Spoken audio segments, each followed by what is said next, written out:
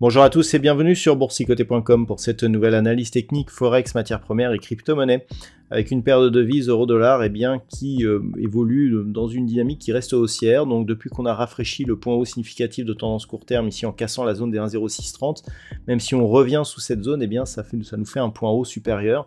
Donc on reste ici dans une petite dynamique haussière qui au regard de la précédente tendance baissière est assez faible. Donc pour l'instant on est sur un rebond qui est essentiellement technique. Au niveau des retracements de Fibonacci d'ailleurs, si on part ici des extrêmes, on peut voir que on est à peine ici sur un retracement qui dépasse la zone des 23,6% de Fibonacci.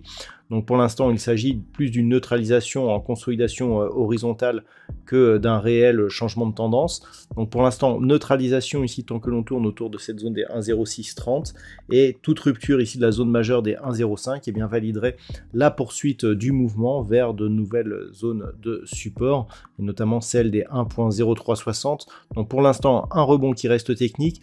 On peut toutefois observer le fait que après ce contact sur la bande de Bollinger supérieure, on revient sur la moyenne mobile 20 exponentielle qui semble agir comme niveau de support. Donc pour l'instant, ça reste légèrement haussier, mais avec une dynamique très faible au regard de la précédente amplitude de baisse. Donc pour l'instant, on observera donc ce qui se passe autour des 1,0630 et surtout sur la zone des 1,05 en cas de retour. Sur la paire de devises livre sterling contre dollar américain, nous sommes ici sur une configuration qui se neutralise. Ça fait quelques jours que je vous en parle. Entre 1,2130 et 1,2320, on sort ici de cette dynamique baissière, mais sans mouvement de retournement. Il n'y a toujours pas eu de contact ici avec la bande de Bollinger supérieure. Les indicateurs sont assez mitigés. On voit même un affaiblissement ici sur les histogrammes du MACD. Donc on se neutralise. Une rupture ici de la zone des 1,2320 nous donnera un signal de reprise donc de ce mouvement de rebond, alors qu'une cassure de la zone majeure des 1,20 validerait la poursuite du mouvement baissier. Sur l'or, l'anticipation qui restait haussière hier est toujours de mise, puisque on a bien eu effectivement une phase de consolidation, mais qui a validé la zone des 1957 $ l'once comme zone de support. On se stabilise au-dessus de cette zone aujourd'hui. Donc on est toujours ici sous le coup de cette impulsion qui a provoqué un gros contact ici sur la bande de Bollinger supérieure. On se stabilise sur une ancienne zone de résistance, résistance qui avait presque été testée ici sur ces deux points hauts. Et donc clairement, on est toujours sur un mouvement qui d'un point de vue court terme est haussier. C'est encore assez timide d'un point de vue moyen terme, puisqu'on était ici dans une dynamique très faiblement baissière qui tente ici à se retourner.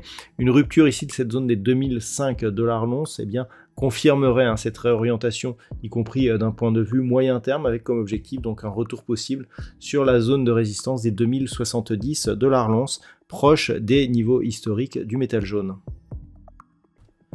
Au niveau du pétrole, c'est redevenu relativement calme, on continue à osciller autour de la zone des 84, alors il semblerait que l'on ait un range ici entre 80,50 et 88, voire même 90 $ le baril, constitue une nouvelle zone d'équilibre. On est sorti ici de cette zone de hausse par rupture ici donc de la moyenne mobile et contact avec la bande de Bollinger inférieure, et depuis on se stabilise autour des moyennes mobiles sans contact avec les bandes de Bollinger. Donc clairement ça se neutralise. Si les cours venaient à casser ici la zone des 80,50, on passerait sur une phase de retournement avec donc deux points hauts et deux points bas qui seraient successivement baissiers. Pour l'instant, c'est encore trop tôt, donc en cas de rupture des 80,50, l'opinion deviendrait un peu plus négative, mais tant que nous sommes ici grossièrement entre 84 et 88, ça se neutralise sur le court terme, mais aussi on envoie un message de neutralisation de la dynamique moyen terme, donc sur l'évolution du brut léger américain. Et enfin, au niveau du Bitcoin, il semblerait que la hausse se confirme. Il y a pas mal de bruit autour de la possible émission d'un fonds hein, sur le Bitcoin, cela booste un petit peu la valeur. Il semblerait que l'on confirme donc cette configuration, et la rupture ici des 31 800 eh bien, va dans le sens du retournement hein, qu'on attend, donc ce retournement moyen-long terme que l'on attend depuis quelques temps.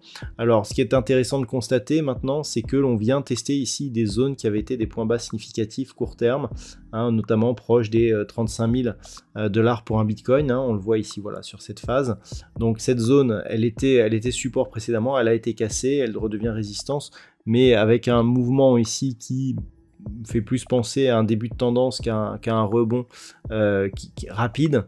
Donc clairement, cette zone des 35 000 pourrait laisser la place à une cassure qui nous donnerait comme objectif un retour possible sur la zone ici des 40 500 $ pour un Bitcoin. Donc c'est l'objectif, et ce tant que 31 800 reste support. Attention toutefois, on commence à avoir des signaux, je dirais, excessifs. On le voit notamment sur les histogrammes du MACD, je vous en parlais déjà hier. Vous voyez ici, au niveau des histogrammes, voilà, on est sur des points hauts, hein, c'est-à-dire que là, on avait ce point haut ici, et bien on l'avait ici et ici. Donc là, clairement, on a peut-être consommé les limites du potentiel de cette tendance. Une situation donc, qui peut paraître légèrement excessive, hein. On a rarement eu des amplitudes plus fortes, notamment avec un RSI en fort surachat, on est quasiment à 90, donc une phase de consolidation pourrait se mettre en place.